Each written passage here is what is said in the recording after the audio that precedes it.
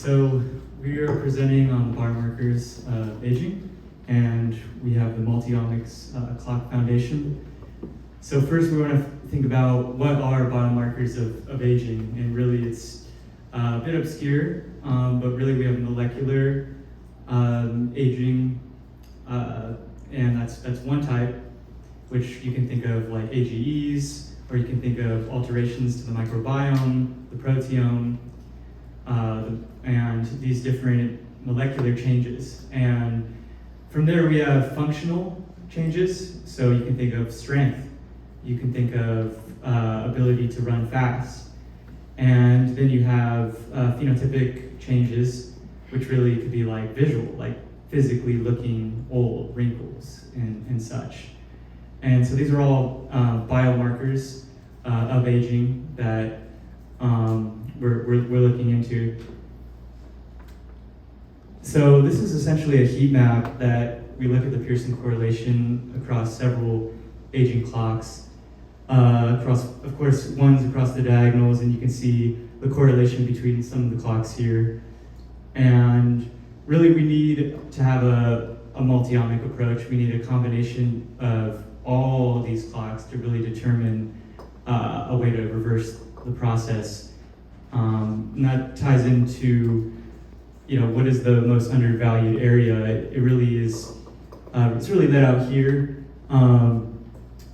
And you can think of, the relationships between biomarkers like we just saw on the last slide. So which ones are upstream, which ones are downstream.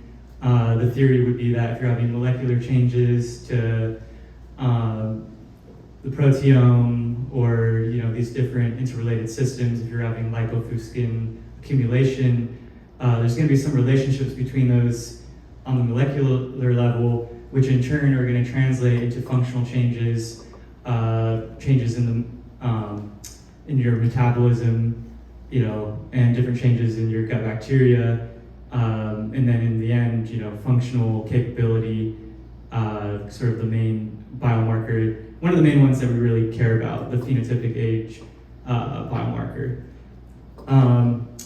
Figuring out, mapping those biomarkers to disease pathways, this is critical. So if we have a therapy, the person starts at 50, then they age chronologically to 51, we can then look at a bunch of different aging clocks, say looking at like the epigenome, you can look at epigenetic clocks.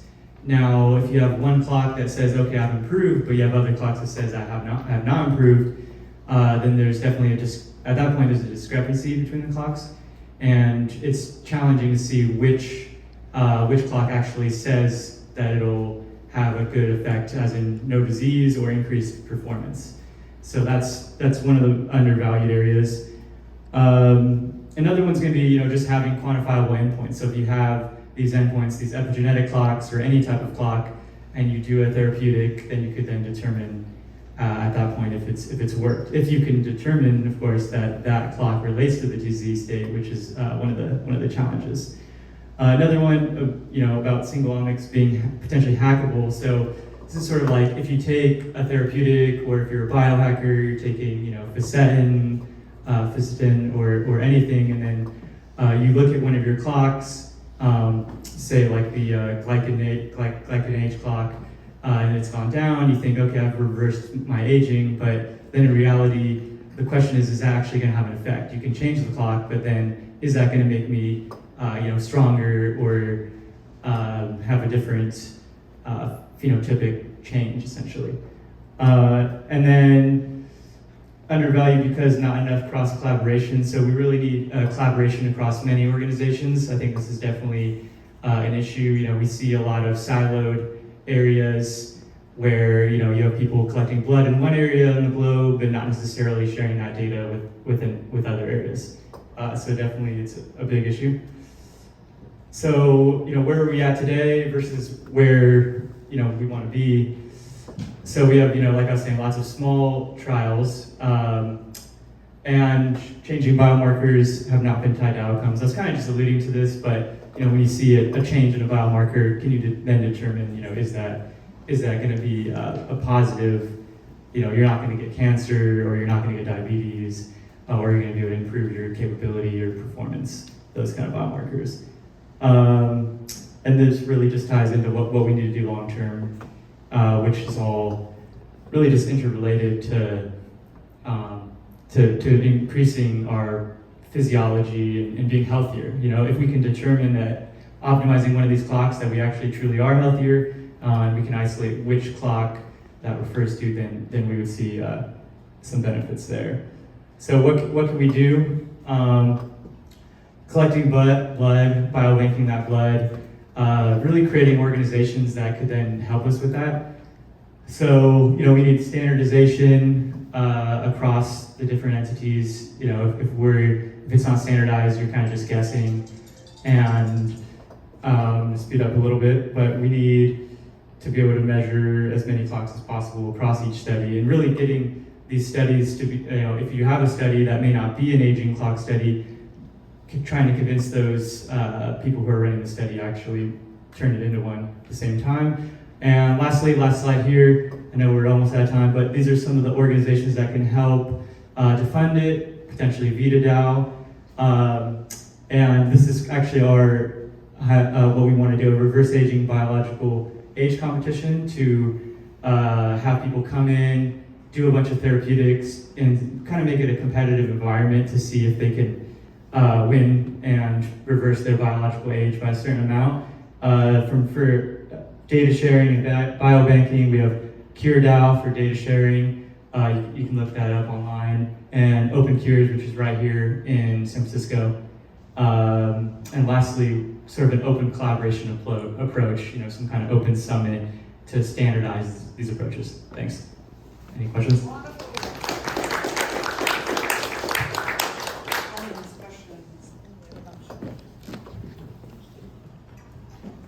Yeah, I'm definitely a pro-clock person, so we use clocks a lot and develop also. But for example, at the conference that next week is going to be Systems Biology Conference, half of the people are presenting the clocks, and most of them are kind of multiomics, actually.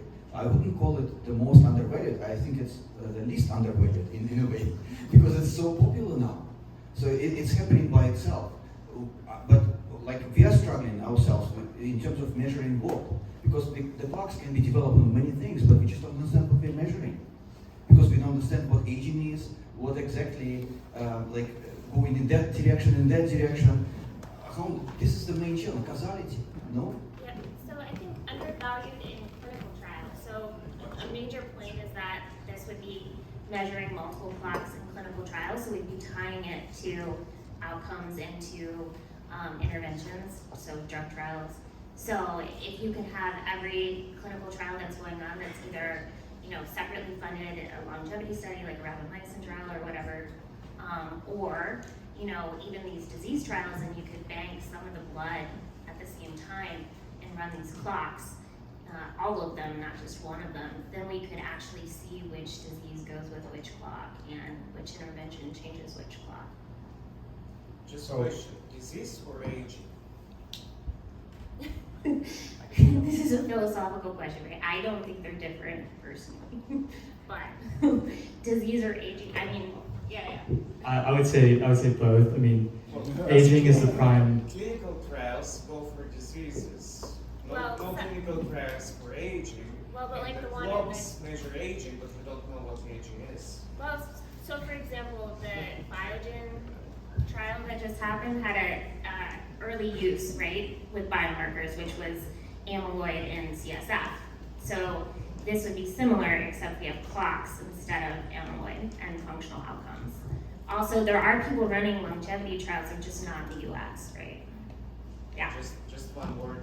I would not like to be on the airplane that is flying based on that treatment for Alzheimer's. Totally agree. I mean, that's a Near my amyloid, I can still have Alzheimer's. That's the problem with, that's why we need all of the clocks, and we need to tie it to functional outcomes like cognition. So that's kind of exactly the point, yeah.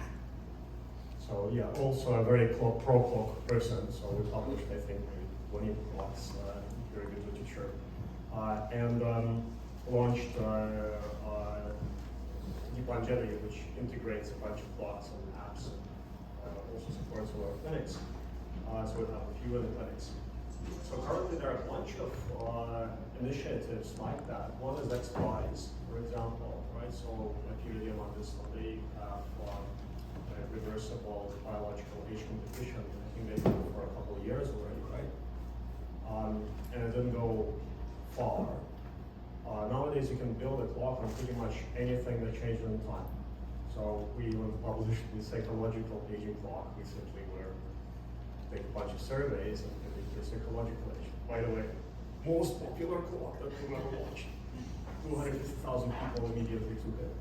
And you can reverse it, because if you believe that you're going to live longer, you are actually going to be predicted younger. So right away, intervention. For anybody, very easy stuff to do. So my kind of question is that to bring this community together, there are many competing initiatives. Much of this research is done in companies. They're not going to share data openly. And there are already competitions. So if I were to do this, I would try to do several of those, and they would sit on top of biobanks. Specifically on the UK Biobank, it's the best initiative to date, right? And a few national ones, because internationally you won't be able to share the data. So I would try to do national biobanking law foundations, and they would collaborate maybe with Aging Clock Association, not foundation, just a comment. I think it's a great idea. Thanks for the comment. Wow, 250,000 people, that's a lot. Okay, wonderful. Thank you guys.